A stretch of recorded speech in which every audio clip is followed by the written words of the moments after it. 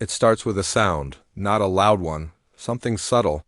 The scrape of a chair, the particular weight of footsteps on stairs, the specific silence that means someone's been drinking again. You're 6 years old, maybe 7, and you're learning a language no child should ever have to speak. It's the language of survival, the dialect of emotional weather prediction. You're becoming fluent in reading faces, decoding sighs, measuring the space between words to figure out if tonight will be safe or if you need to make yourself invisible again. This is the moment childhood ends, and most people don't even realize it's happening. There's no ceremony, no announcement, just a quiet negotiation a small soul makes with an impossible situation. If I'm good enough, helpful enough, quiet enough, maybe everything will be okay. Maybe I'll finally be worth keeping. And just like that, a child disappears, not physically.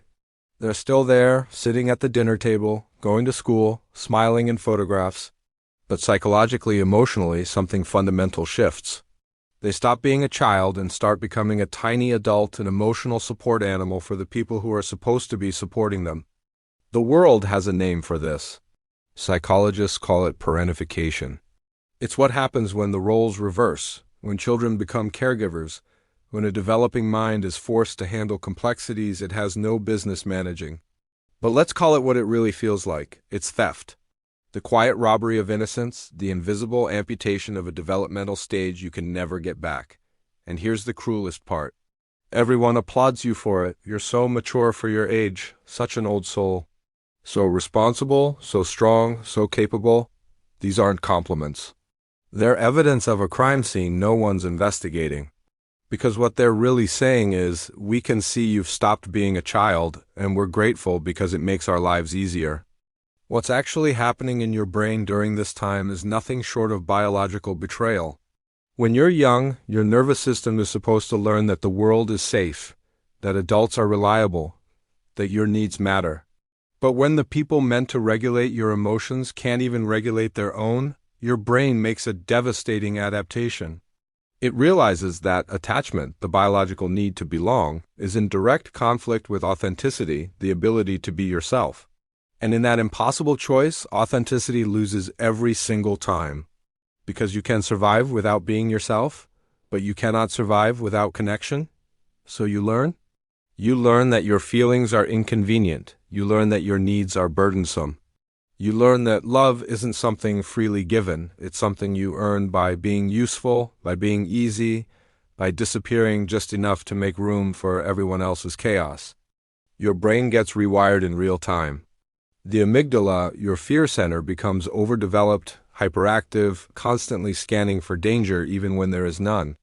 You develop what trauma researchers call hypervigilance, a state of perpetual alertness where your body never fully relaxes, because it's learned that peace is usually just the quiet before the next storm. Meanwhile, the parts of your brain responsible for play, for spontaneity, for trust, those remain underdeveloped, undernourished, frozen in time. And you carry this into adulthood like a piece of shrapnel you've learned to walk around but never actually removed. Fast forward 20 years, you're an adult now, successful even. You've got the career, the apartment, the outward markers of having it together. But underneath the competence, underneath the performance of normalcy, you're still that child reading the room, bracing for impact, making yourself useful so you won't be abandoned. It shows up in ways you've probably stopped questioning because they feel so much like who you are. You can't ask for help without feeling weak. You can't receive a compliment without deflecting. You can't rest without feeling guilty.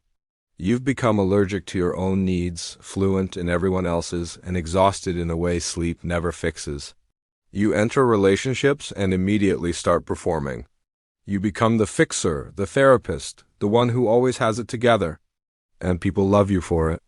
But late at night you wonder if they'd love you if you stopped, if you were messy, needy, human. Because deep down you still believe that your value is conditional. That love is something you have to earn by being low maintenance and high functioning. There's this fantasy you carry. You've probably never said it out loud, but it's there. You imagine someone seeing through your smile. Someone noticing that you're not actually okay.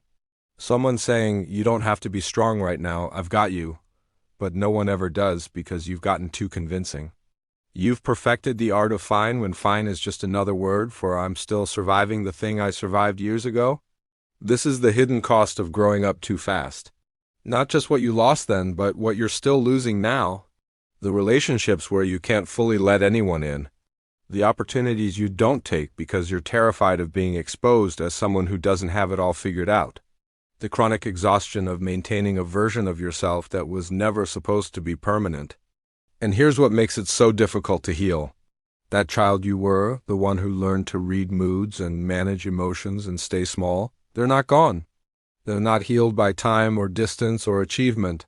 They're still inside you, frozen at the age when the world stopped being safe, waiting for someone to finally come back and say what no one ever said. You didn't deserve that. It wasn't your fault. You were just a child. The body keeps the score, as trauma researcher Bessel van der Kolk writes. Your nervous system remembers what your mind tries to forget. That's why you still flinch at raised voices even when they're not angry. Why you over-explain and over-apologize for things that don't need justification. Why you feel a wave of anxiety when your phone rings unexpectedly. These aren't personality quirks. They're survival responses, adaptive strategies that saved you once but now keep you trapped in patterns that no longer serve you. So what does healing actually look like?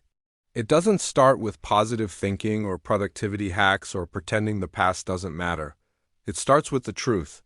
The uncomfortable, grieving, rage-inducing truth that what happened to you wasn't okay, that you deserve protection and didn't get it, that the adults in your life failed you and you've been paying for it ever since. This is what Carl Jung called shadow work, the practice of turning toward the parts of yourself you've exiled, the needy child, the angry adolescent, the grieving soul who never got permission to fall apart. You have to go back. Not to relive it, but to finally witness it. To offer that child what no one else did. This is called reparenting, and it's not some abstract therapeutic concept. It's practical and painful and necessary. You close your eyes and you go back to a specific memory.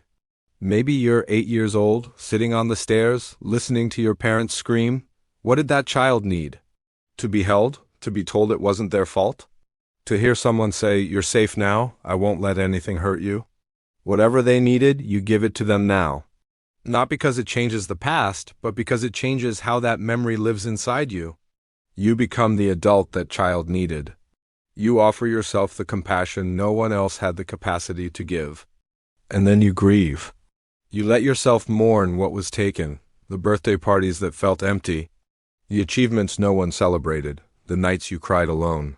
This grief isn't weakness. It's evidence that you're finally unfreezing, that what was buried is finally being brought into the light. You'll also have to learn something that feels impossible at first. Boundaries, saying no, disappointing people, choosing your peace over their comfort. It will feel selfish because you've been conditioned to believe that your needs don't matter as much as everyone else's, but that's the lie you're unlearning. Your needs aren't selfish, they're human, and you're allowed to honor them. Here's what I need you to understand. You didn't fail. You survived the only way you knew how. You became strong because you had to, not because you wanted to. But you're allowed to put it down now, the responsibility that was never yours to carry. The belief that you have to earn love. The fear that rest makes you weak. You're allowed to be messy and imperfect and still worthy. The childhood you lost isn't coming back. That's the hard truth, but the future? That's unwritten. And for the first time in your life, you get to author it from a place of choice, not fear. So let that child come home. Let them rest. Let them play. Let them finally be seen by you, because you're not broken. You're just becoming whole. And that person you would have been if the world had let you grow at your own pace? They're still in there, waiting. And they're worth meeting.